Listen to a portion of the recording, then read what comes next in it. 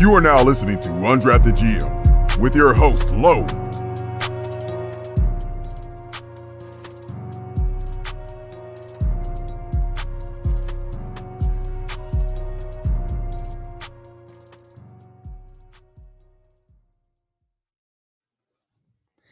Well, this time we are actually live. A couple quick shout outs. Big shout out to Andrew Jones for the intro, as always. Big shout out to @WileyBeats for the audio there. Go check them out for any of your voice artist needs. Go check out @Andrew Jones, @WileyBeats on YouTube. But we have a big special guest in the studio today. There he is, the man, the myth, the legend. You know what? You do have the honor, though, of being the first in Say What You Will radio studio history in person. Yeah, man. So, Joey Counts in studio with us. How you doing, man? I'm good. I feel comfortable. Yeah, me too. These chairs are really, really on it here. Yeah, so, no, it's I'm excited to have you, man. It's been a long time. It has at least nine years. Yeah, something like that. We were just talking about that the other day. Joey and I actually graduated from Desert Ridge together, Desert Ridge High School here in Arizona. But, man, you've been all over since then. I've been in quite a few places. Been doing some moving. That's right. Some scenery, man. It's been really good. That's awesome, man. Well, I'm glad to have you. We, if you guys are just tuning in, again, we're here with former Montana, former Desert Ridge High School running back Joey Counts. I just want to talk a little bit about you, man. Obviously, again, we went to Desert Ridge together. Yep. Did you see Coach Hathcock put his resignation in? He's gone. He's up at Blue Ridge now. Is that where he went? Yeah, I was going to ask that's you. his home, though. Right. That's his, the high school there. Right. That's like, he's a legend up there. Yeah, because he played up there and all that, right? Yeah, so it's pretty cool. I think for him, that's coming full circle. Yeah. Back to his hometown. Right. I think it's a good move for him. Yeah, definitely. What was that like playing for him? Man. Wild ride.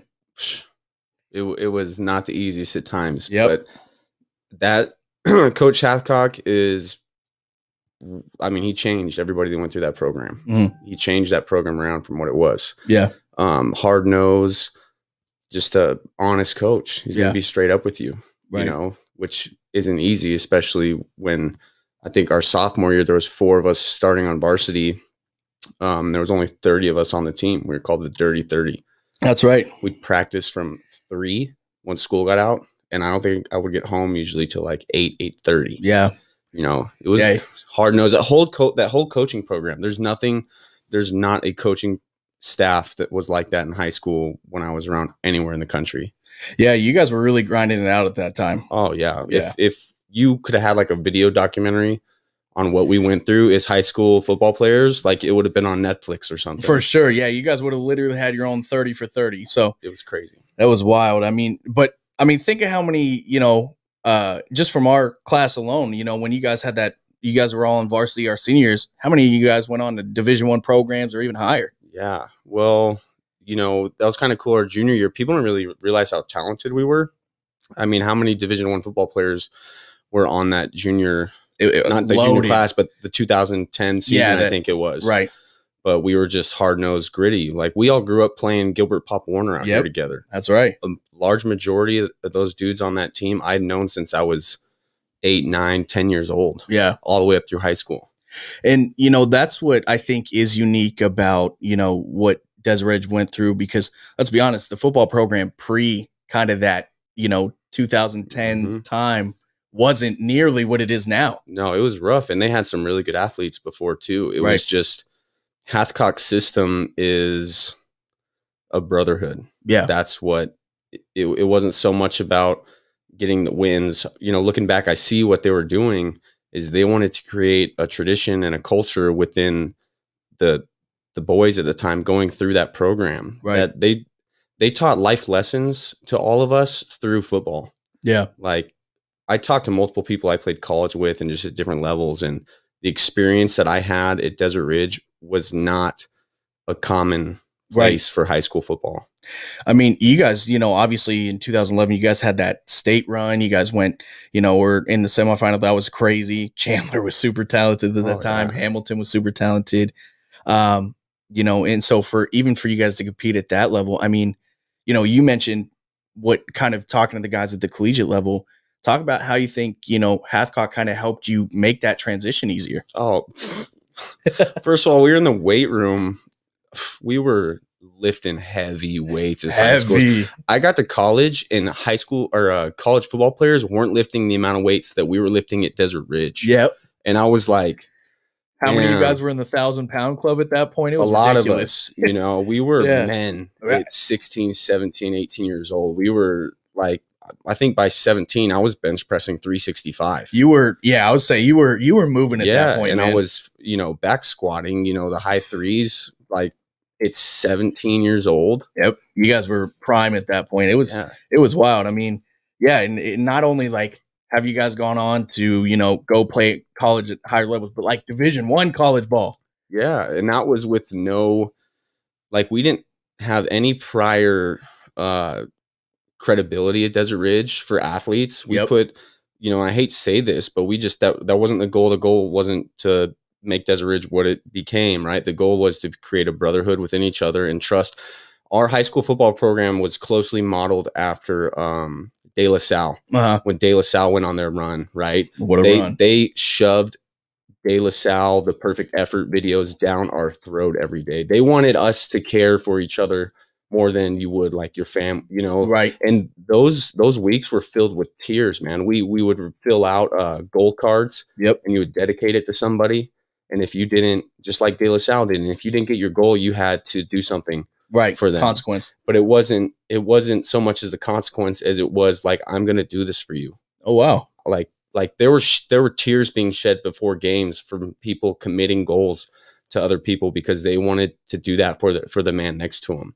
Like when I talk about it was tight, it was the group, the people I played with through high school, through those years, we were tight. Yep. That was a brotherhood. Yeah, you guys were definitely tight-knit. I mean, you guys spent all that time together because football, I mean, and, just from the outsider perspective, Hathcock had you guys with each other even in class, to every single extent that he could have you guys working together, you guys were. So that was definitely unique to watch from the outside. But, I mean, let's be honest, it was also unique because you also walked in with a group of already gifted athletes. Yeah, and he downplayed that a lot. Yeah, Hathcock likes to downplay, right? Like, he did. We're not that talented. We're just a bunch of hard workers.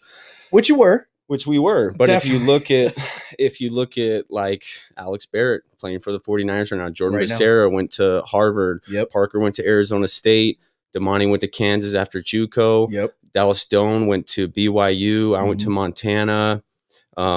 Harris had an opportunity to go play. Exactly. Sam Papa, who chose to go on his mission. Yep, he did. He would have. To this day, he would have been an NFL football player. Yeah, that I'll be honest, and you probably agree. He was probably the most next level talented already in high school. He was 6'4". He was huge, 230 pounds, and he was playing multiple positions, running past, running over, and he had that terrible injury that he still recovered from that paralyzed his leg. Literally, he had to play with the insert his senior year because he couldn't lift his foot up.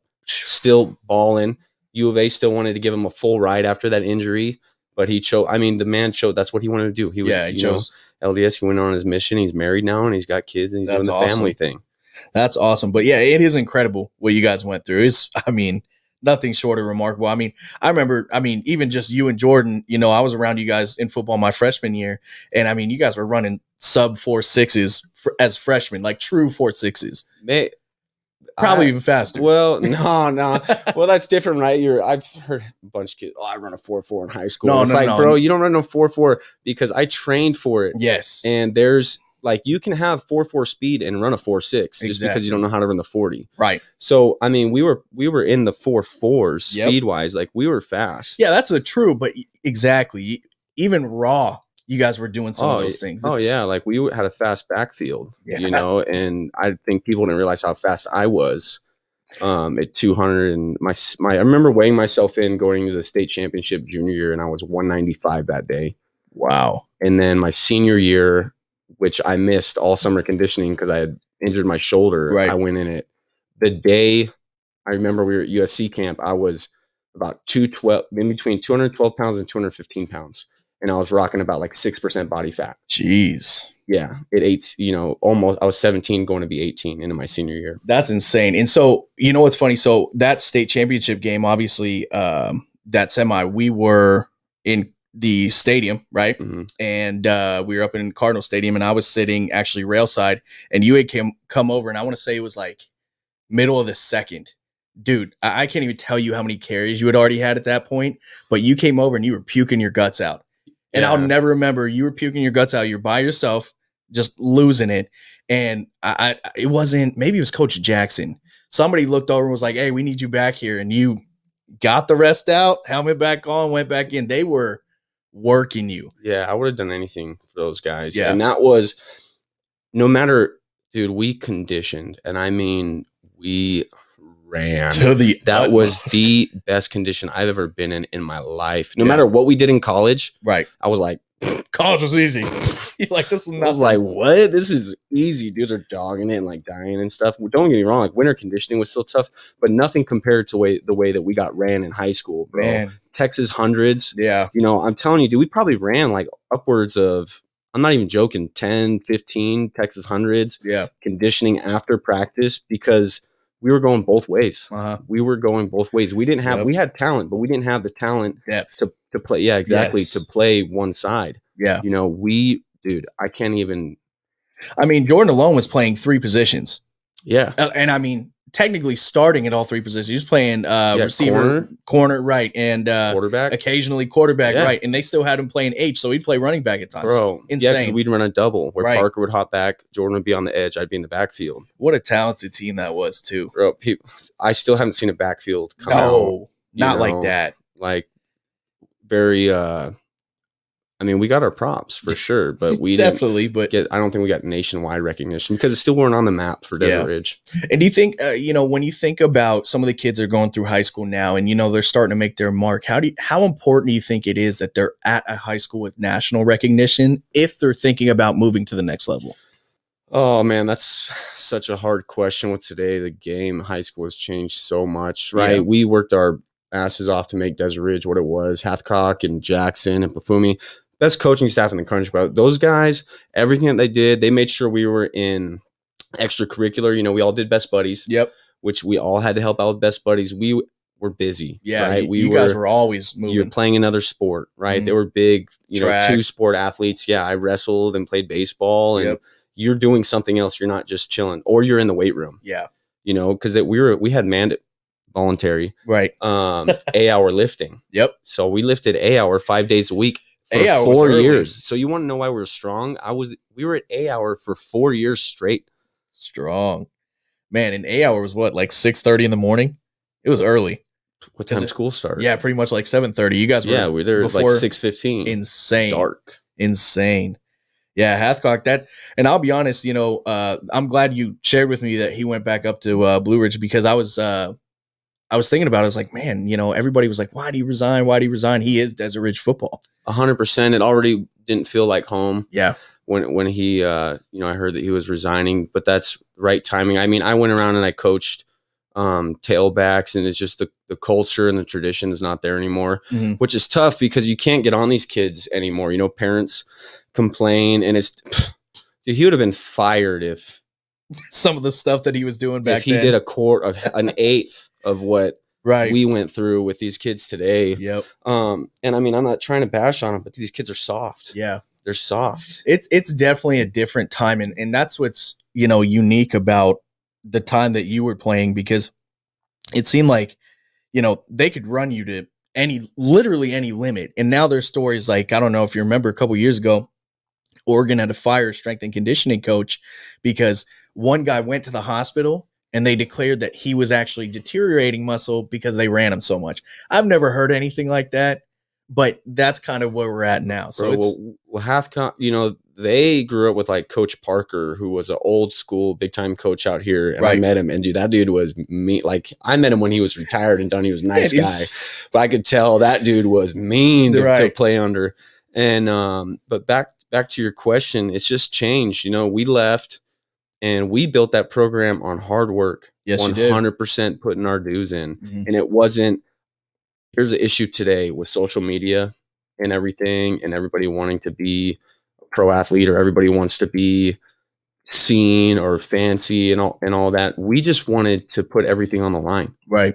it wasn't like, oh, I want to have the top stats. Oh, I want to be this. Oh, I want to be that. Everybody had their personal goals. Yeah. But the team came first. Right. The man next to you came first, and we left. And then that program got diluted down with transfers and transfers and transfers and transfers. Well, the thing is, bro, you're not transferring to Hamilton or Chandler. You're transferring to Coach Jeremy Hathcock. Yeah.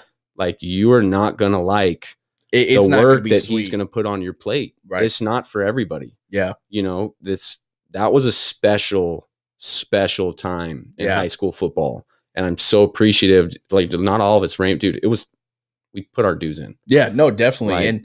And I think you hit it best. Like, people expected when they came to Desert Ridge, especially after he had all that success, that they're like, oh yeah, Hathcock's gonna make me better. He is, but he's gonna do it his way, because you're still gonna accomplish his goals while you're there. And so I definitely always respected that about him. But, so take me through how you wound up from going from a program like that. How'd you wind up in Montana? So this is where it gets like crazy. Right. So just a little bit of background. So it was me, Ruben, Alex, and Jordan Becerra. So we started on varsity our sophomore years. Yep. Like some of us both ways and everything. Right. So we started getting some good playing time. I think that year I got honorable mention all conference linebacker. And then my junior year, because I was playing tailback, I was looking, whatever they call it, upcoming junior year, going to be a good tailback. Right. And I started rushing for all his yards and had a great junior year, putting like 200 yards consistent. Yeah, you were, at that point it was a little bit of good programs. Yep. Against good programs, And so I ended up getting all-state my junior year. And I remember this day, I got a call from some guy. He's like, hey, I'm with the board of FCA, something like that. And he's like, I want to let you know that you've been selected for the All Arizona team. And I was like, okay, well, what's the All Arizona team? He's like, well, it's only supposed to be seniors, but it's all the coaches select, and you were selected as a junior. He's like, so you'll go to the ceremony, but you can't play in the senior game, because they play California's all Super 25 team, right? Right. So I was all state, I was all Arizona. I started getting letters in from I started getting letters from Montana my sophomore year. Oh, wow. Yeah. And I was getting letters from like UND and all these big sky, blah, blah.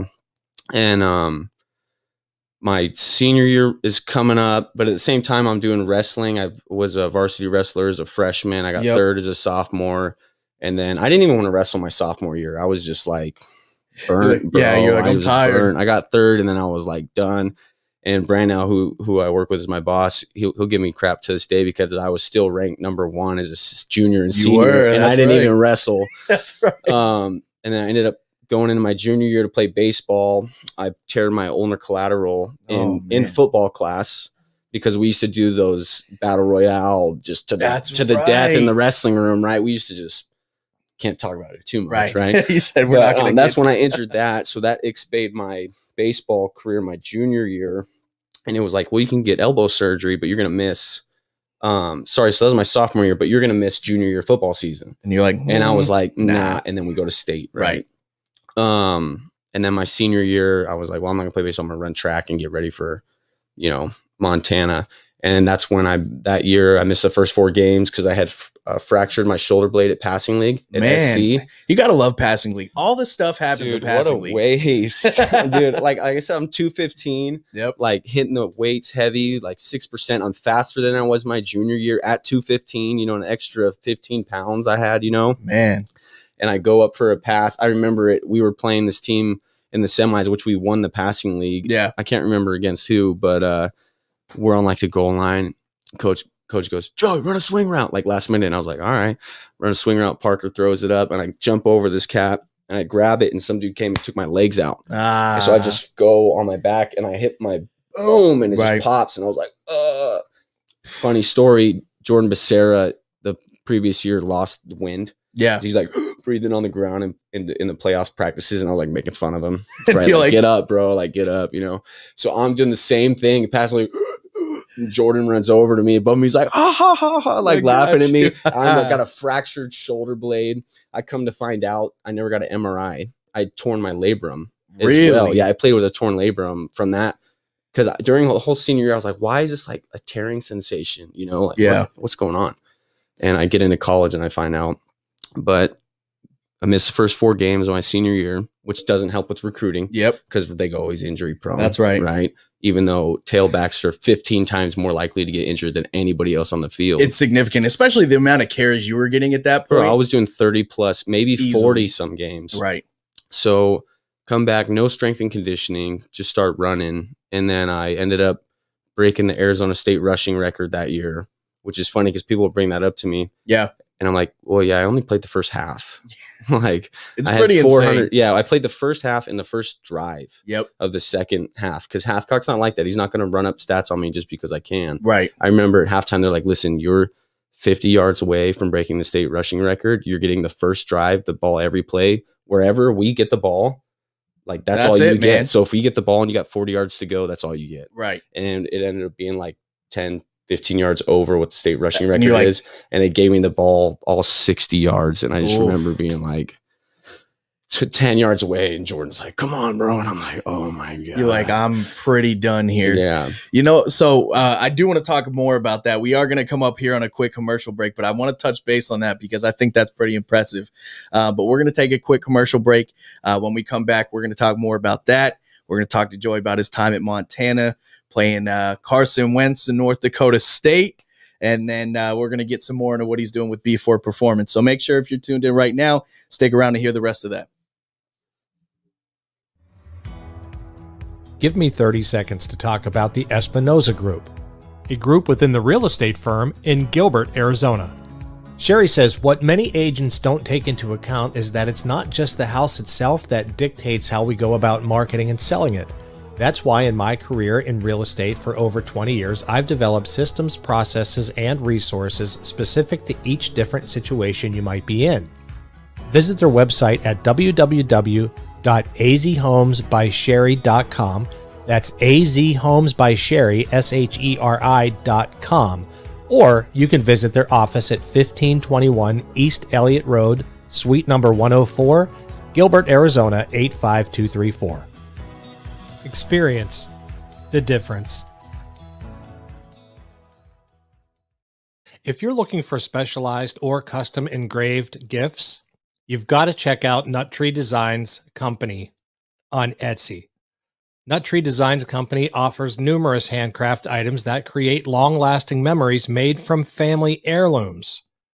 Their most popular item is a custom cutting board with family handwritten recipes engraved on them to preserve those long-standing, delicious favorites. This is not all they can do, so make sure you check out their Etsy store and let your imagination wander.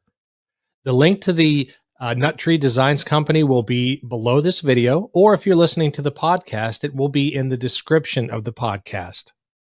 Check them out, Nut Tree Designs Company on Etsy. Now back to the show. All right, and if you are tuned in, welcome back to Undrafted GM with our in-studio guest. It's nice to be able to say that. Pops is there behind the production, but it's nice to have our first in-studio guest. And we got a good one. We got Joey Counts today. We've been talking a little bit about his time at Desert Ridge. We were talking about that state championship game, some of the things you were doing. You were playing on all levels, man, because you play occasional backer, but we were talking about how many carries you had. You said you were playing specials as well. Oh yeah, it was kickoff. Man, I love kickoff, dude. See, you're my type of guy. That's what I'm coaching now. That's my favorite. I love getting downhill. See, and that's, you know what? That makes a football player right there. Yeah, man. You know, everybody today, I'll ask these kids I train, like, oh, what position you play in football? Oh, I'm just a wide receiver. I'm just a quarterback. I'm like, no, dude, you're a football player. Yeah, you play whatever. Like, if you're playing one position, you're selling yourself short. I agree. There's a lot of dudes that go to the league because they can play every position. Strictly off the strength of special teams, things like that. Yeah, so why wouldn't you be a football player? Absolutely. Well, look at those big programs. That's funny that you bring that up. Like LSU, Odell Beckham, Jarvis, everybody knows them, but they have a linebacker. His name's Duke Riley, starting for the Eagles right now, but he got known off making plays on special teams at LSU. It's just, you never know. So if you're out there and you're refusing to play specials, you're wrong. You're tripping because it's fun. It is. It might not be around much longer. I mean, agreed. You got to be a little different. Like I got to have some screws loose to run downhill on kickoff full speed, but I loved it. And so, when you were getting recruited, okay, because obviously you played running back, you played back here, you were playing specials. So did you get approached by a coach? Like, because obviously you said you got some letters your sophomore year. Yeah. So I was, coaches would come to see. I mean, we had a lot of scouts roll through after that junior year, during the winter time. I mean, San Diego State, Yale, Harvard, all the Ivy Leagues, all the academies, Air Force, Army, Montana would come by, Shalon Baker. So, I mean, there were schools, flowing through after that, coming to check us out. But following up to that point, after that state game, or not the state game, my senior, after I broke that rushing record or whatever. Yeah.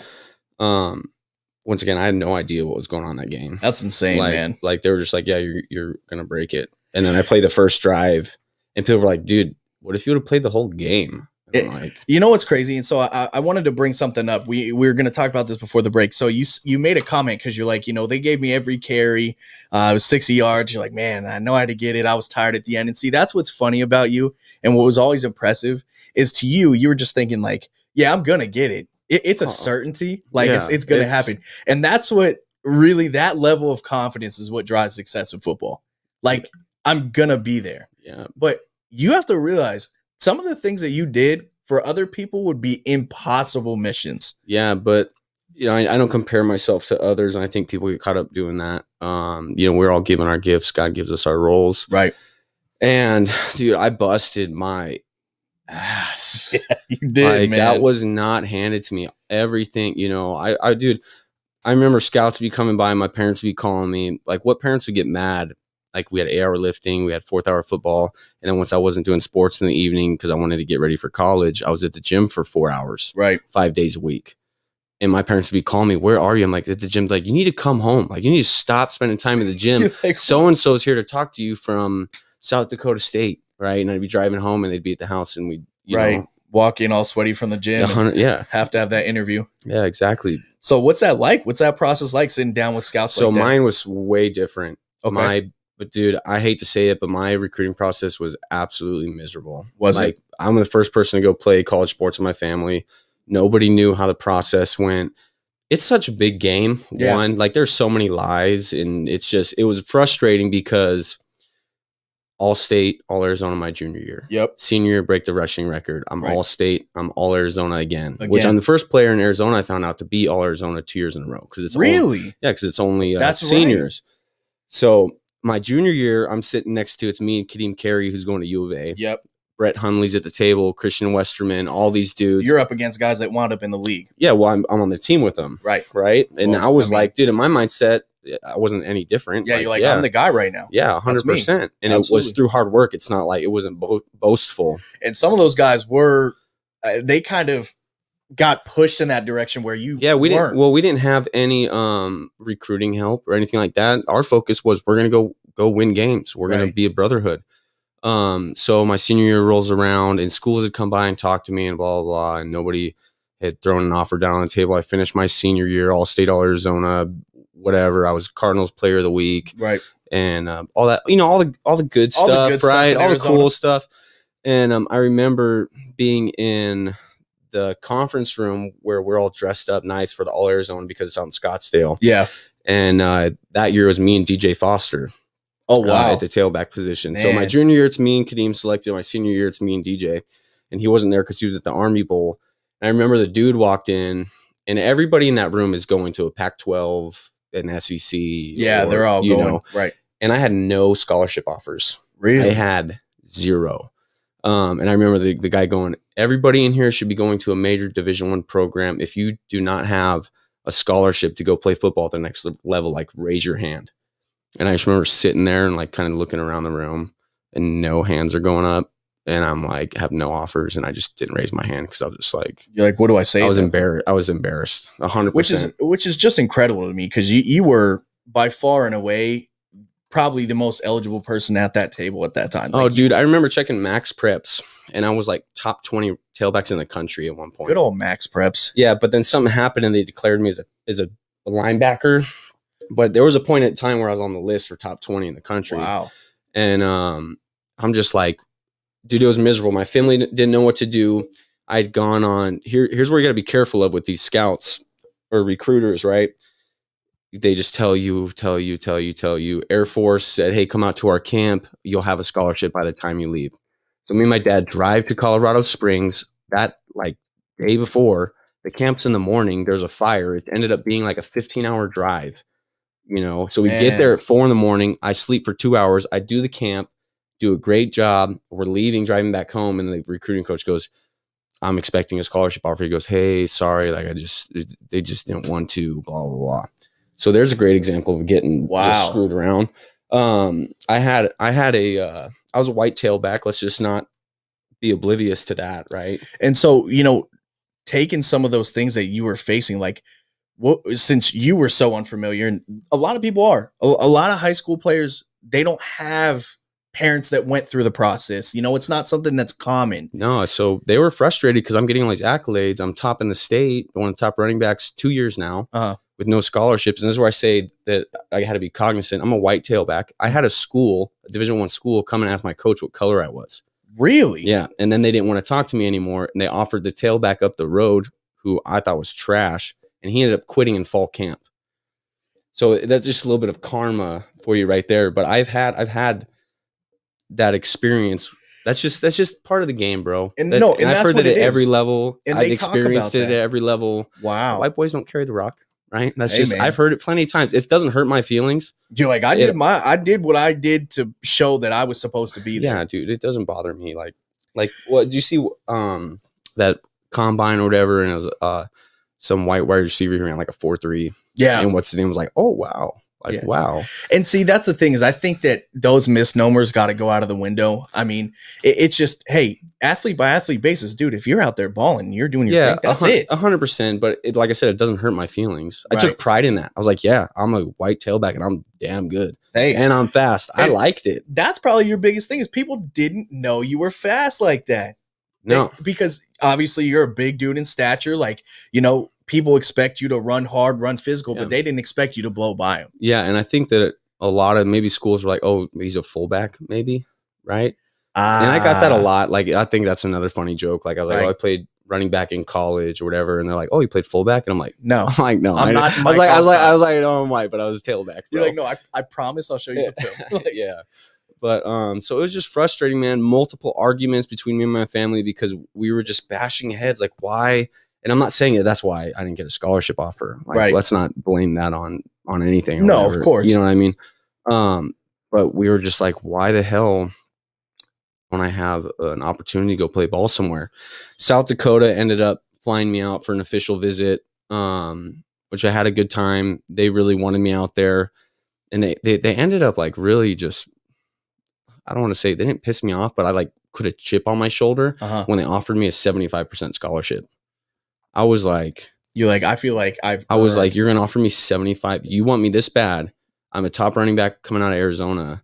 You go to Division I, it's full or nothing. Yeah. It's all or nothing. No, yeah. And I was like, you're offering me 75%. And that just didn't sit right with me. Okay. And then also I didn't feel the connection to the university. Right. Like it didn't feel like that's where I needed to go. Yeah. So I had a huge argument with my dad because they wanted me to accept now. Yeah, because as a parent, it's like, hey, you have something tangible, take it. So I could see that, but for you, you're like, no, I earned better. Because I'm following my heart, you know, and I was Arizona State all the way. I grew up, Pat Tillman, I'm going to go walk through that, Hell's Bells playing or whatever. Here comes the boom, on the big screen. Like I was just born and bred. Yep. I went to Arizona State camps my whole life. Yep. I knew those coaches for a long time. So, a couple weeks go by and South Dakota calls. I'm in my driveway and they're like, hey, are you going to accept or not? And I was like, well, I just want you to know if I accept, I'm going to your school. A lot of dudes play the game, accept, get an offer from somewhere else. Sorry. I'm like, no, dude, I'm a man of my word. If I say I'm going there, I'm going to go there. Yeah. And I wasn't ready to commit to that. He says, okay, well, we're pulling your offer and we're giving it to somebody else. Like, sorry, man, good luck. And I walked inside and my dad was like, what did he just say? you know, and You're like, dude, uh-oh. that was a bad moment. Yeah. Like, that was not good. But it was just frustration of like, why am I not going to play ball anywhere? Montana was heavy recruiting on me, just coming and seeing me again.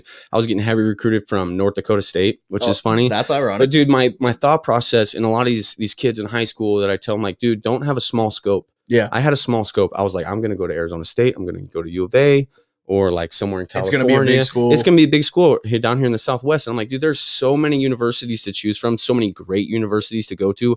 Don't pinhole yourself. And I love that you said that too, because I think that is a big mindset. Because let's be honest, even for some situations who maybe players didn't have as much success as you, Division II is not a bad option. Dude, if it's free school, dude. And the thing I didn't realize was you still go to the NFL from Division II. it doesn't matter. Look at Danny Woodhead. Yep. I don't even know, was he D2 or D3? I think he was Division III. Dude, it went to that. So it's not about where you go to school. One, are you getting your school paid for? You know, and Especially go 100%. where they want you. Right. I've heard so many stories where people had a miserable time at big time universities because the coaches just brush them off. But so Flugrad, for the head coach from Montana, had came to my school one day, which I don't even think I knew he was coming. Uh-huh. I got a call and said, "Hey, come to the front office, please."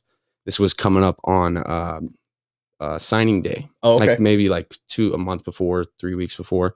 And it's Flugrad, the head coach of Montana, and he sits me down and we talk. And he was just really honest with me. And I had taken a visit 2 months prior. I'll tell you a little bit about that. And he's like, "Hey, we have 4 senior running backs right now. I can't afford to put you on scholarship when you come. Yeah. If you come this upcoming year." He's like, "But if you perform, you'll be on scholarship after that semester." Okay. You know, and in my head, I'm like, it doesn't matter where I go, I'm earning a scholarship. Yeah, I can walk on anywhere, right? Because I know I just have conviction in myself and my athletic abilities. And I really liked Flugrad in that meeting. That just like showed. He came to my school to talk to me personally, and I was like, wow. Well, so 2 months prior, I was not digging Montana. I went on a visit. I loved all the coaches. I loved all that. But I went during February, not during season, during winter break, no students on campus. It had just snowed. I'm an AZ native, man. Yeah, that's like, scary. I didn't see the sun. I didn't see any students around campus. And I'm just like, I didn't go to a game. So I didn't get to see anything about. I was just like, what? Yeah, I had a great. Don't get me wrong, dude. I had so much fun. Yeah, like, the coaches are awesome. I had such a fun time on that visit. But as far as like what I was looking for, I didn't get to experience that. Right. So that was a big question mark for me, right? And dude, I didn't even know where Montana was. I thought it was in the Midwest. Right. I couldn't point it out to you on a map. And little did you know, I had no idea how great of a program it was. But I remember like sitting there watching YouTube videos like Grizz 1993, 1990, just watching it over and over again. But still a big question mark. I still had Arizona State, right? Right. Sorry, I'm bouncing around, but no, you're good. My time frame. But so we had the All Arizona banquet my senior year. Todd Graham was there.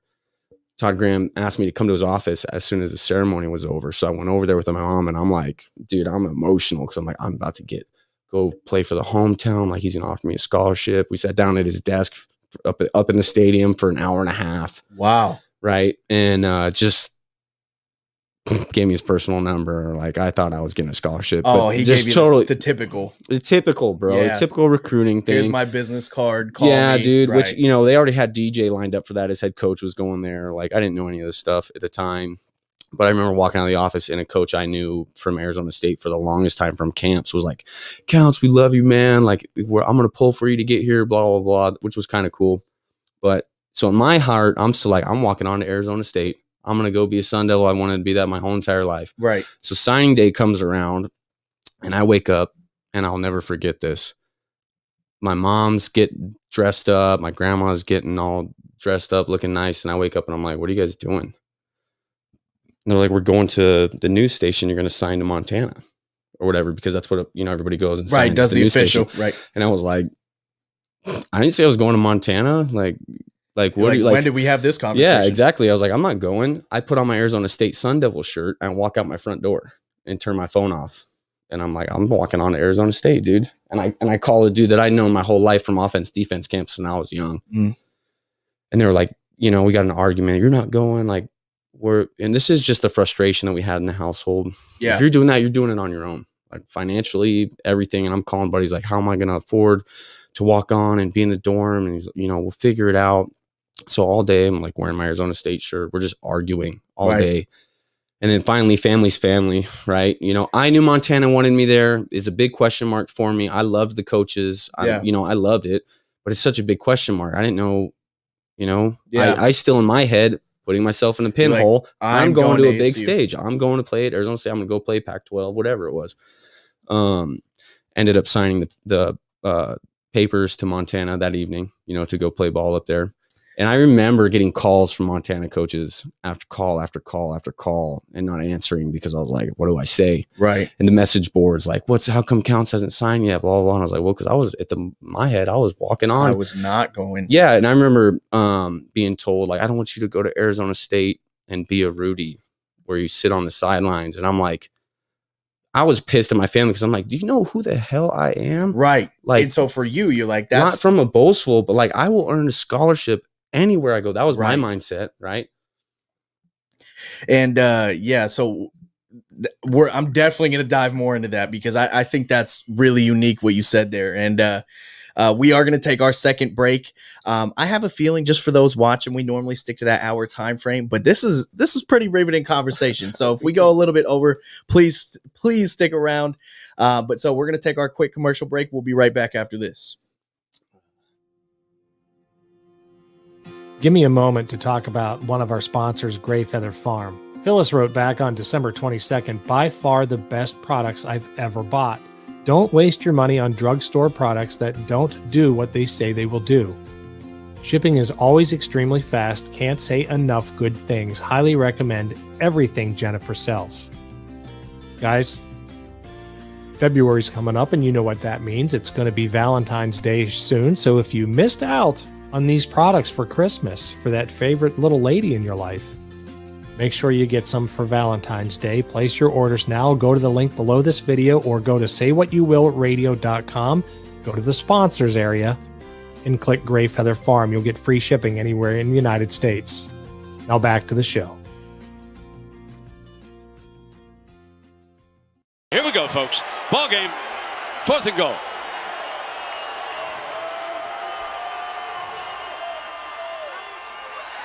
Touchdown, Montana!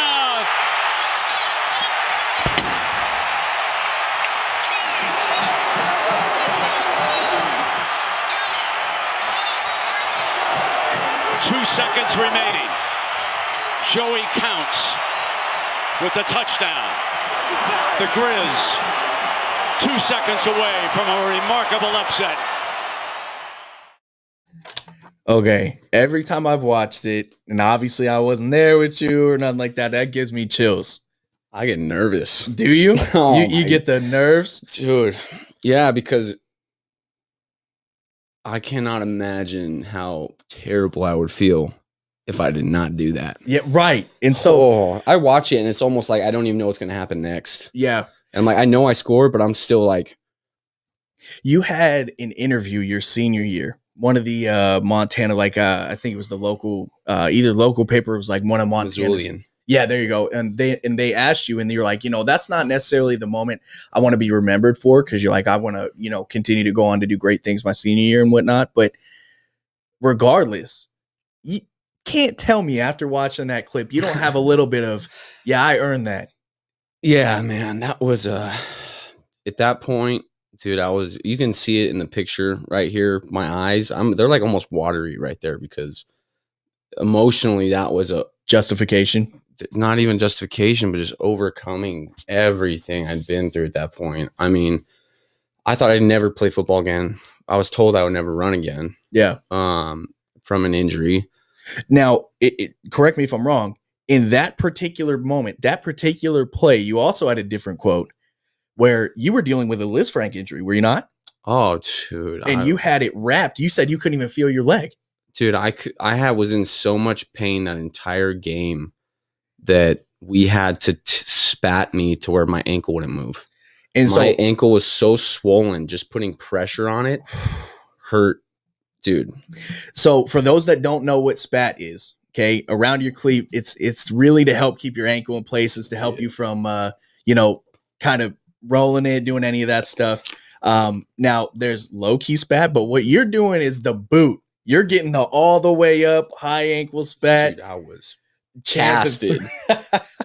So, and it's funny, they have a whole breakdown of that game. But if you guys go back and watch that clip again, we have it on here. You can also watch it on YouTube. But that was from Joey's game at North Dakota State. And if for those who don't know, Washington or, Grizz. I'm sorry, that's right. They were At Montana, our place. right? North Dakota State was there. But that was the first game. That was the opening game of that season, your junior year. Yep. And it was in August. There was like a wildfire going on. Yeah, in Idaho. That was that. It was so. I think the only reason it get canceled was because it was on ESPN. Really? Yeah, because it was, dude. You couldn't see like across the stadium almost. No it was kidding. So smoky. That's like, insane. dude. It was smoke. Yeah, like for it was real. not like just in the air. It was heavy smoke. Like trying to watch film of practices from our stands film and just like fog. Damn. And so you have all that built up. Now, North Dakota State at that time is 4-time reigning champ of the Came off FCS. the national championship. Yeah, so 4 in a row, right?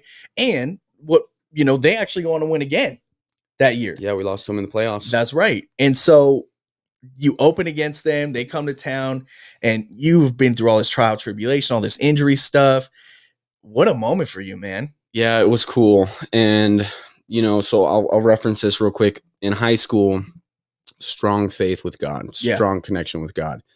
I remember dreaming leading into my junior year of having dreams over and over again of Sun Devil Stadium, state championship time in my dream. And I'm being Cardinal Stadium, but the hints were thrown my way. Yeah. We're going through season and I'm having dreams. I'm on the front of newspapers. None of this stuff's happened yet. Yeah. I'm on the front of newspapers in the playoffs, in the front of newspapers. Call it what you want, call it the universe, some people, I believe in God 100%. Same. And I was so in tune with my faith and with God that he was letting me know. He's like, hey, look, you've been through the ringer. You put your time he's in. just letting me know, and that same feeling came upon me when we got the ball back and our offense goes on the field. I had it literally fall upon me. Like almost like he just came down and said, hey buddy, like this is going to come down to you. I literally felt that. I was like, we're going to drive down and this is going to come down to me. I didn't tell anybody that. No, that's a personal thing. I just felt it and I was like, this game's going to come down to me. That is incredible. And what's even crazier about that is like your quarterback, he was still pretty young that year, right? Wasn't that like same year as me? Brady Gustafson. So he hadn't had really like a breakout season yet. Maybe that's what it was. I would say, and he murdered that game. He played amazing. Yeah. And I'm gonna pick at you for a second because you have a skill I don't even think you realized. But so watching that drive, there was some ups where you're like, okay, yeah, we're moving, and then there was that 4th and long. There was another 3rd and long, and then you guys came down to it right in front of the goal line, and nothing was happening. No, well, I knew we were going to. You're like, I knew it. We were going. Like, dude, you got me in the backfield. You got Kidder on the edge. You got our O-line. You got my 2 roommates at the time, Jamal Wilson and Jeremiah Kosei. Yeah. Jamal is, dude, I trust that dude with my life in the backfield. Yeah. Whatever hole that dude goes down, I'm following that dude. Yeah. Like that dude is a fullback, the best fullback I've ever came across, dude. He just transferred from Boise. And then I got Jeremiah, who's a banger. Yeah, freaking. You guys showed it. There was linebacker. I'm like, dude, do you know how much weight we got in this backfield right now? Like, especially who lines up in that formation? Well, we put that package in, that fall camp, whatever, right? Yeah. Because like, why would we not utilize this? And that's the thing is like, so even the announcer says, because I went back and watched the game, he was like, oh yeah, I'm going to get out of that jumbo set. Why? You're what? Dude, I remember yeah. Well, it's like, why would you? I like the hard nose. Yeah. I want to lose it running the ball. Yeah, you're old school smash. I don't know if I could live with it, right? But at least it's better than an interception or incomplete pass. It is. Who's got the bigger balls, bro? Who? You know what I'm saying? Like that's what I want to end the game. Well, that's football. And man. I'm right there with you. And that what's crazy. So on 2nd down, you guys threw out of that formation. Which I was like, what pass play are you ever even going to anyways? But so I was really glad. And who was the running back that was in before you? Was that shorter cat? John Wynn? Yeah. Okay. Yeah. And he's not bad. Dude, no, he's got cuts, bro. Yeah. Yeah. But I was very glad that on 4th and goal, they put you in. So take us through that timeout. So we ran the play 3 plays in a row. Right. Back to back. I don't even think we flipped sides. Yeah. It was, because everybody in the backfield, the same mindset. Everybody was like, no, if we lose, it's because we're not man enough to get this done right now. Right. But we run it. I jump over. I'm staring down at the goal line. Dude, you jumped Dudes over. are hawking like You were being carried. Yeah. And your second effort, you reached and they almost took you. dude. Yeah, I almost got into the end zone, but I didn't like reach with the ball. But I remember getting like a little wave, Yep. right? Looking down the goal line, and I remember just feeling the ball getting kicked around because people are just Pawing at you. swapping at it, dude. And then we run it again, and that's when they call the timeout. Yep. And we come over, and our coach is like, "All right, you're gonna do a motion. We're gonna." I want to even say we thought about doing a pass play for a second, blah, blah, blah. Yeah. And I remember like looking around and just being like, no. Nobody's feeling that. No, we're all looking around because he was like, what should we do? Or we do this. And we're like, no, like we're running the same damn play. Let's go. We're going the same. He's like, and I remember Stig going, you guys want to run the same play? And we're like, yeah. He's like, all right, run it, blah, blah, Run it die again. or whatever. Yeah. And I just remember getting up to the goal line. And I watched the film. It's kind of weird because my thought's different. Brady gets set, and I'm not even set yet. I'm like, oh, damn, like I better get set so I'm not offsides. Hike, ball, and Maya on the way up was like, bro, I'm not going to listen to anybody. I'm reading the play regardless. Yeah. Like I just knew, okay, I'm either going to jump over the top. Right. If it's smashed out, I'm going to have to bounce. Right. I just knew those were my options, right? But I'm going to read it. And Maya's walking up, and he's like doing the thing like behind his back, and he's like, go outside. And I'm like, dude, you're like, shut up. Like, get set. Thank God you didn't too. Cause you hit that 5-hole. Yeah. But that's what I was trained to do, is read the play. But so he gets set, hikes the ball, jump cut, and the rest is history. Kind of funny is a dude that tried to tackle me at the end, Jordan Champion, was an all-state. I don't know if he's all Arizona. He might've been all Arizona too. All-state cornerback from here. Really? From Arizona. No kidding. Yeah. So it was an Arizona dude. Full circle. Yeah, and Austin Farnloff, who was an all-Arizona cat out of Boulder Creek, was on North Dakota State's team. So there are a couple of Arizona dudes on that team. Wow, talk about full circle. Yeah. What a journey for you, man. And, like I said, you could definitely see that you're emotional, in the positive way. But you said, obviously, you were feeling some emotion too. But what a moment for you. But you had your best season your senior year. Healthiest. No, I don't agree with that, dude. My best season was my sophomore year before I got injured. This is where we get into the dive of life and life decisions. Yeah. Freshman year goes great. Like I said, my mentality is I'm coming to play. Uh-huh. I'm coming to play. I'm coming to earn a scholarship. I know my capabilities, I signed a paper to Montana, but I was a walk-on. Yeah. I was a walk-on. Were you preferred walk-on? Preferred or not, like you're a walk-on. They just wanted me to sign a paper because they wanted me to come into camp as a scholarship, like a lookalike. Gotcha. No, he came on scholarship. He signed. I I went on books. Yeah. I think like $500, and my mindset was I'm gonna go play. I don't like the red shirt thing. Yeah. No, if I'm there without a red shirt, I'm there to play. Yeah, I'm there to play all 4 years. I went in out of shape. Weight room wise, I wasn't. I went at 230 pounds. I showed up to camp, which I was healthy. I could move well.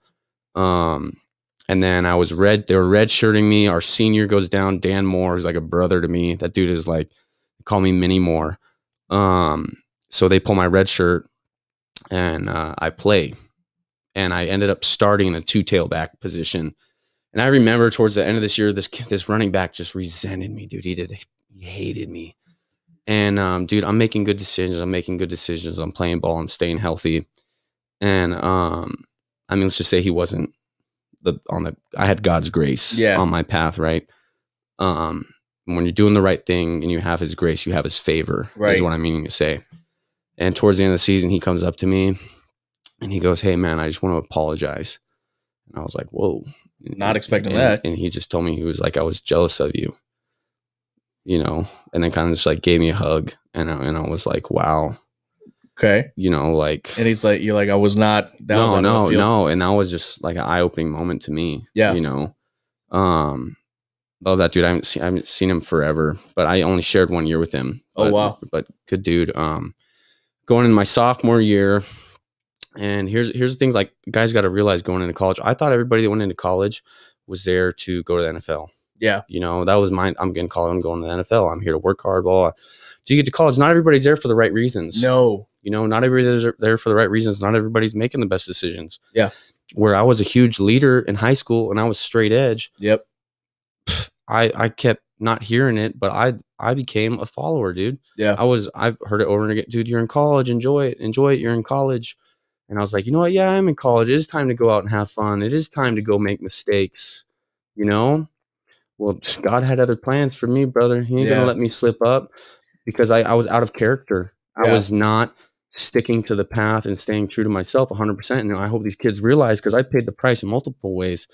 My sophomore year is going well. I'm in the best in condition. I'm 218 pounds, the fastest I've ever been, dude. I'm probably like 6% body fat again. Cut down. I'm in shape, bro. I can cut hard. Like, I'm freaking killing it on kickoff, on special teams, working my way into hopefully a starting position towards the end of the year. We had a couple senior running backs that are studs, all Big Sky, one transfer from Marshall. Oh man, you had some momentum though.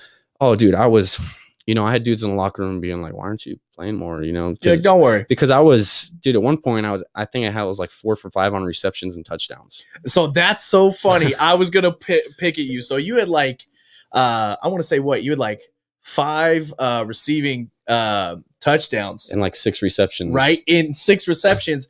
But of those, they're all over 50 yards. Yeah, dude. I had the best reception for yardage probably in the country at one point. Far. To touchdown ratio as well. We used to joke about that. It was insane. You love them swings. Dude, just the misdirection. I slip out the back. And like I said, people didn't realize how fast I was. Yep. I was faster and more talented my sophomore year than I ever would be for the rest of my life. Yeah. When I had, so let's break down how this happened. I won't talk about why it happened, but I broke my faith. I broke my path in God. And this is to the weekend before my injury.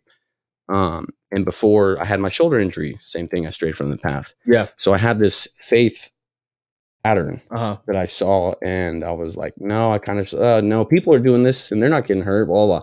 Dude, realize if you're watching this, your vices are different than other people's. You're here for different reasons other people's. Just because other people are doing things and not getting caught or not getting in trouble doesn't that mean that that's for you or for you to follow. So that's one thing I figured out. I was like, my life journey, my life path is for me. God has things cut out for me alone that he does not want me doing. Absolutely. So whatever, I stray from the path of God, and that game is when I injured my foot. And we drive down, we score. I come off and we're going to kickoff. And I tell my running back coach, like, yo, I need a blow. We just went 80 yards. Like, I need a blow. He's like, okay, hit the bench. And my special teams coach, which I'm like the head guy on kickoff, I'm out there. I'm like, we're going to, like, we're, you know what I'm saying? Like, I'm leading the men downfield. Like, I loved it. I loved it, dude. In my head, I was like, that was charging like the head of the war. You know what I'm saying? Like, that's where I put it in my head. They play Mortal Kombat on the intercom, and I'm like, fuck, like, dude, I'm about to jack somebody up. I literally, it's like putting on a cape of, I felt invincible on kickoff. Kickoff's the best, especially like kickoff specifically of all the special teams. Dude, it definitely gives you that. And feeling. I had probably the best compliment I ever got is from our D-line coach. And he was like, he said that I'm the best dude he's seen on kickoff his entire life. That's like the best. And I was like, I took so much pride in that. Yeah. But dude, I banged dudes on kickoff. I loved it. So I'm like, I need to blow it. My special teams coach, like, there's 2 minutes left in the half. We're playing, I think it was Eastern Washington, Eastern at our place. And he's like, no, can you go? There's 2 minutes left before half. Can you go? And I'm like a big teams guy. Like, I want to sacrifice myself. I love football because I love putting my heart on the table for another man. Right. Like showing that I'm going to break my body and put it to extents that it should not go to because I care for you as a brother. Like that is why I love playing football. Right. So I was like, screw it. All right, I'll go.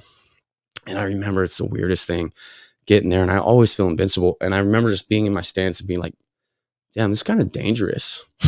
Like, I just had that thought go through my head of kickoff. That's so never funny. happened before, but I'm just like, damn, it's kind of dangerous, isn't it?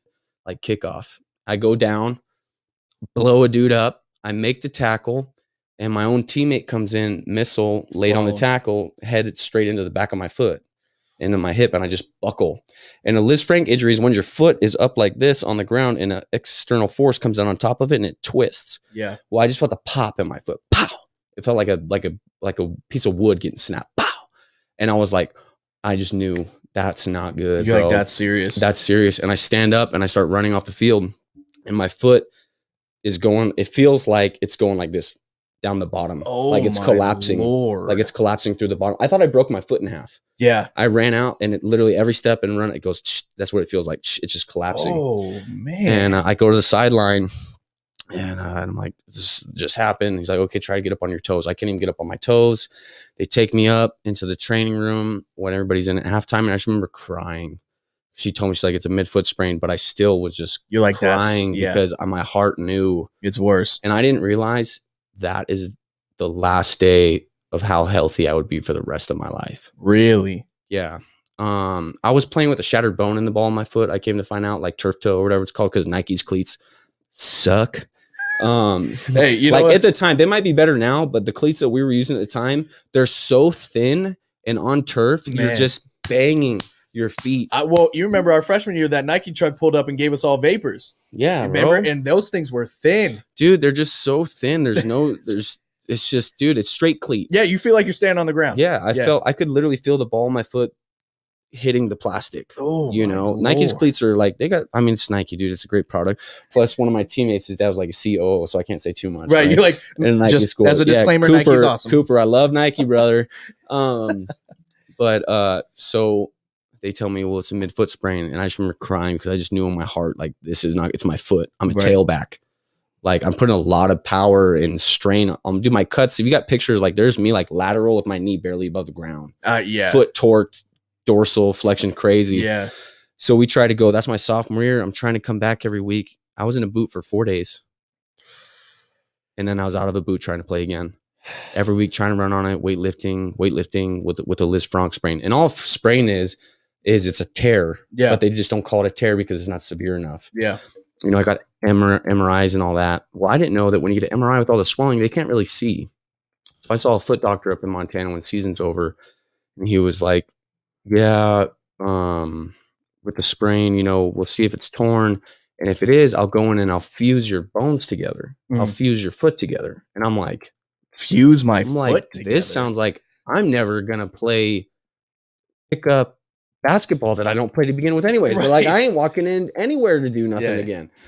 And they wanted me to get the surgery up there, but I didn't get surgery because like, okay, we'll let it heal. It'll be good by spring ball. Spring ball comes around. All I could do was weightlift. I couldn't run on it. It felt like literally if I went to like apply pressure or make a cut, it would go like this. And I felt like I could just like dig into the ground and it would pop. Like I could make my own foot go pop and just split it. It felt like that forever. It never came back together. Wow. So that summer's rolling around and my mom, God bless her soul, because she's just so invested in me and the athlete, you know, at the time, just being a great mom. Love you, moms. Shout out moms. Yeah, shout out moms. She found a surgeon in Dallas, Texas, who specialized in Liz Franck injuries. So we fly down there. I have family in Dallas. Yeah. I get an MRI and he goes, yeah, your Liz Franck's half torn. He's like, it's done. Like you can't do what you do with it the way it is. You have to get surgery. Jeez. And prior to this, I walked out of a surgeon meeting because the dude told me I'd never run again. Yeah. He was like, why are you thinking about playing football? He's like, you'll never run again. And I'm like, so this Excuse is the status I'm in as a sophomore. I want to go to the NFL. I'm going to the NFL, bro. And I just remember the dude emotionally broke down. But I get the surgery in Dallas and he did an x-ray of the ball of my foot too. That's when I found out that the ball was shattered. Jeez. So we did 2 surgeries in one. He did a K-wire. So he drilled 3 wires through the joint complex of my foot. It looks like a triangle through the joint complex. And he cut the ball of my foot open down this big toe from the inside down the side, like a C, right where the cleats run. And I was nervous about that because he told me, he was like, this is where I cut it. I'm like, man, that's where like the cleats right there. That's where I do all my cutting and pressure. He was like, no, you'll be good. And I was like, okay. He does pro athletes. Yeah. And I was like, okay, God rest his soul. John Crates, he passed away. Oh man. But I would have never been back on the field if it wasn't for that man. My foot was never the same though. Yeah. Like I remember I was in a boot for 13 weeks, non-weight bearing for 6 on my uncle's couch in Texas while everybody is in Montana training. Yeah. I'm on a couch, like with hardware in my foot, and I can't even apply pressure. I remember the first day I got the boot off, I walked a mile, like a mile and a half. Yeah. Around my You're like, I gotta get out. I got to, bro. Yeah. We took the cast off and it was shin. It was just shin. My calf was so atrophied that it literally just hung there. It was, I'm not lying to you, bro. If this is the width of my shin, that was the width of my from my knee to my ankle. That's but my foot was all insane. swollen up, right? And so if you guys, if you're listening right now, Joey's talking about some of the things that he dealt with at Montana, like, and people, you guys got to realize, like, everybody kind of gives athletes like a, not even a bad name, but it's like, oh, all you do is play sports. But like, these are some of the things that go with that.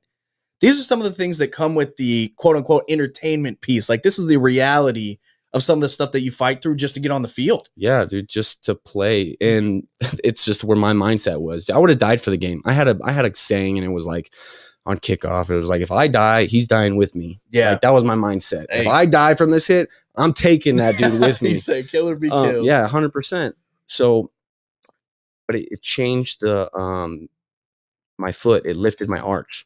So like, if your foot is supposed to do this, Right. I had very flat feet. Where he did it from the metatarsal in, it lifted and it shortened my right foot, and the ball of my foot couldn't move. So it was like a plank. It was so tight. I lost all my dorsal flexion. Holy cow. So if I stood up straight, I could pull my left foot up off the ground, keep my heel on the ground. I couldn't even pull my right ball. I couldn't even pull my foot off the ground at all. So I played like that for the rest of my career. Jeez. And I had so much pain. I wish I would have never, if you're out there and you're an athlete and you have a turf toe or sesamoid and they're asking if you want to do surgery, do not get that toe surgery, bro. I couldn't even do lunges or load my toe or anything, bro.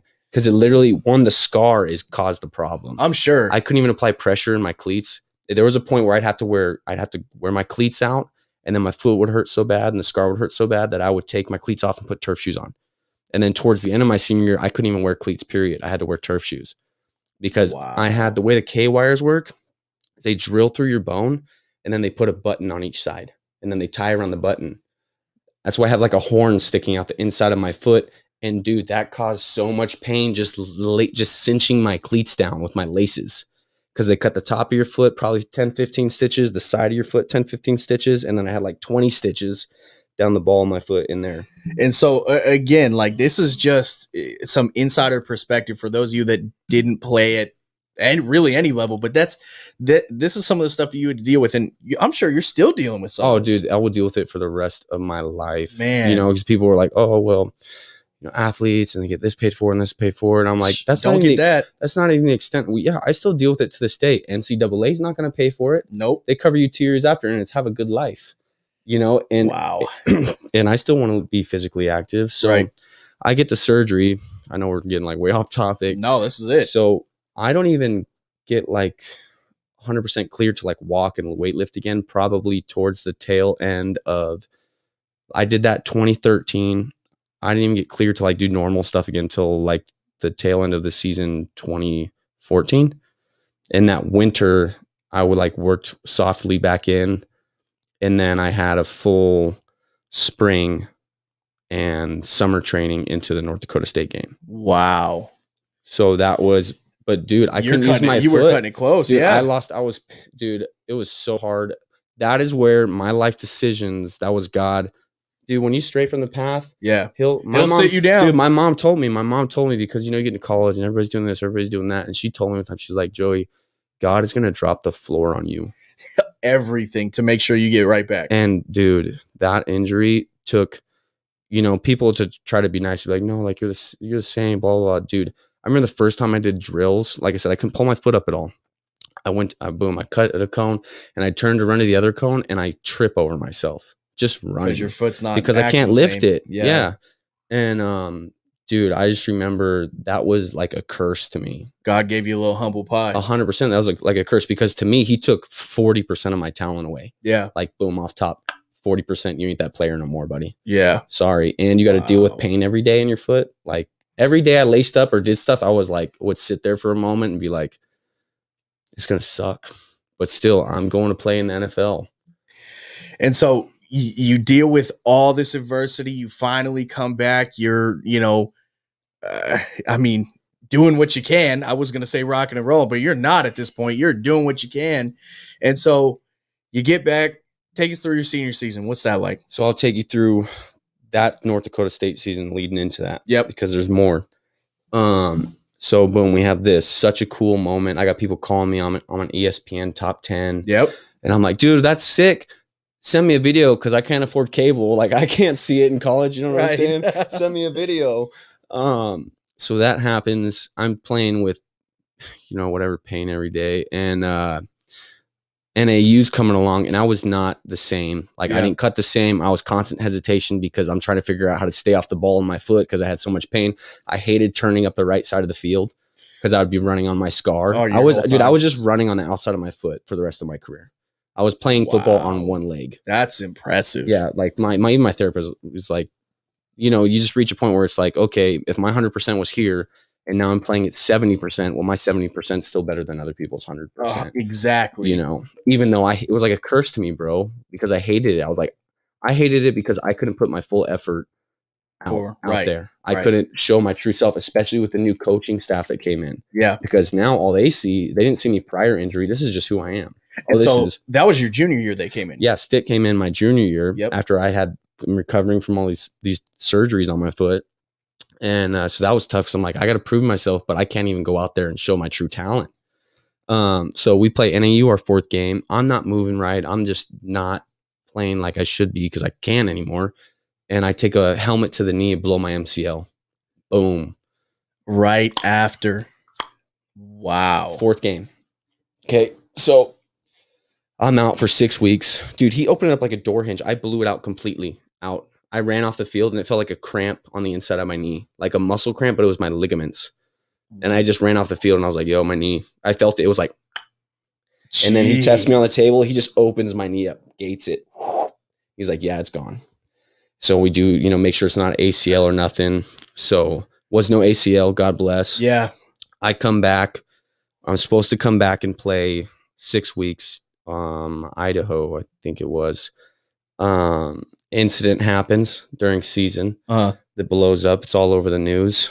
And that, like I said, you stray from the path of God, dude. You don't do what you're supposed to be doing. You, like I said, I'm going to make mistakes. No, dude, you're in college. You're going to the NFL. You need to tighten it down. Yeah. You need to tighten it down, boys. If you're in college, like there's people out there that's not being good. Tighten it down. And I'll tell you why. PSA, tighten down. And I'll tell you why, because I lived it, bro. You don't want to be peeling tiles off of a roof while your buddies are playing the NFL, right? And you're disgraced because you're not living your dream.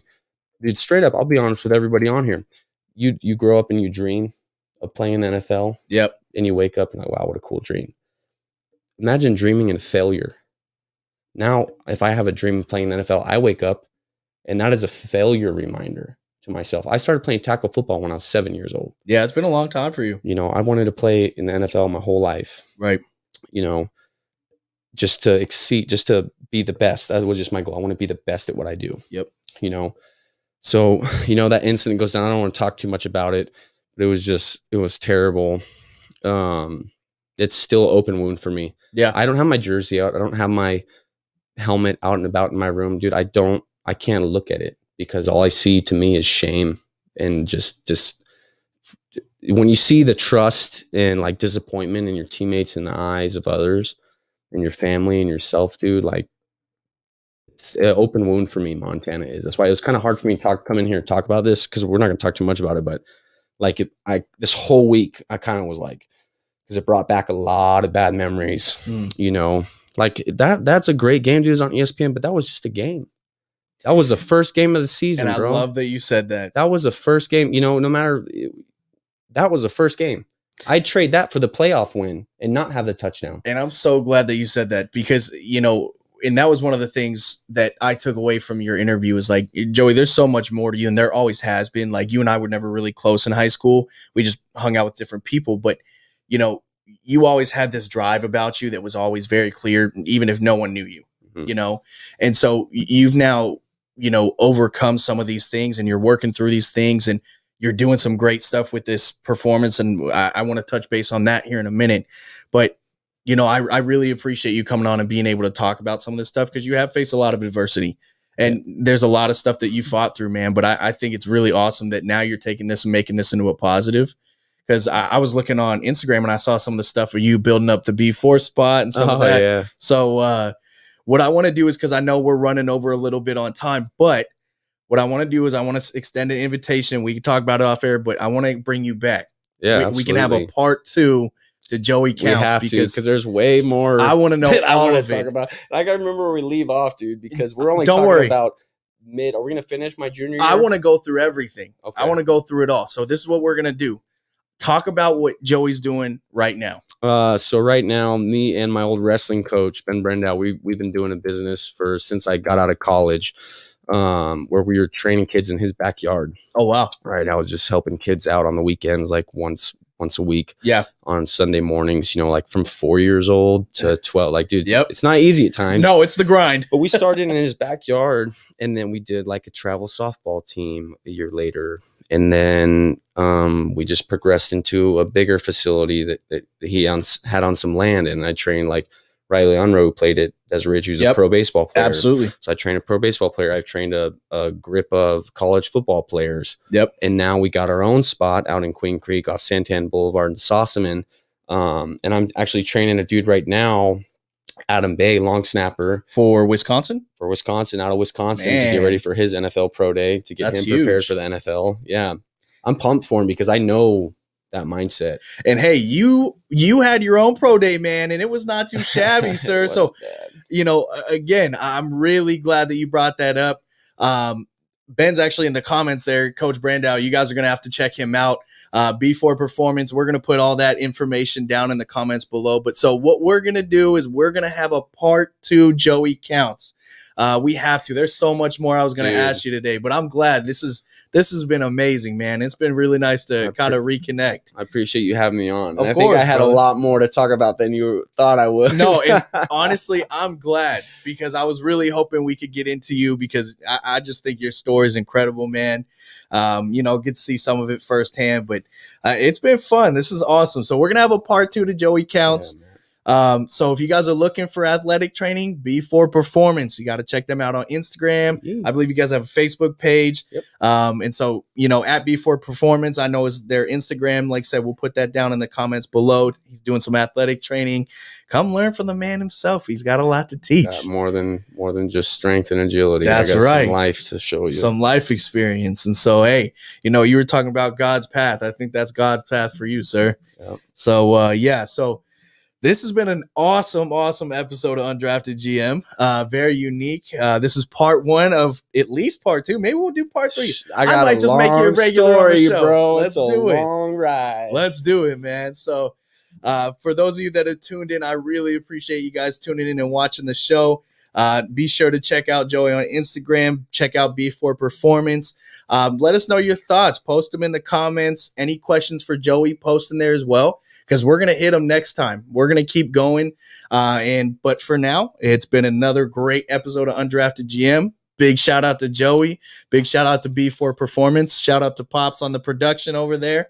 And for now, have a great week, guys. God bless. Here we go, folks. Ball game. 4th and goal.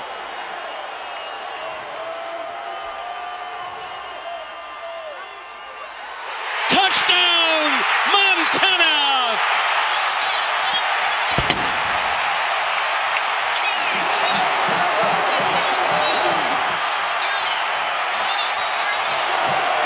Two seconds remaining. Joey Counts with the touchdown. The Grizz 2 seconds away from a remarkable upset. Our spot? Yes. Our spot? Oh, that'd be tight, bro, because we should have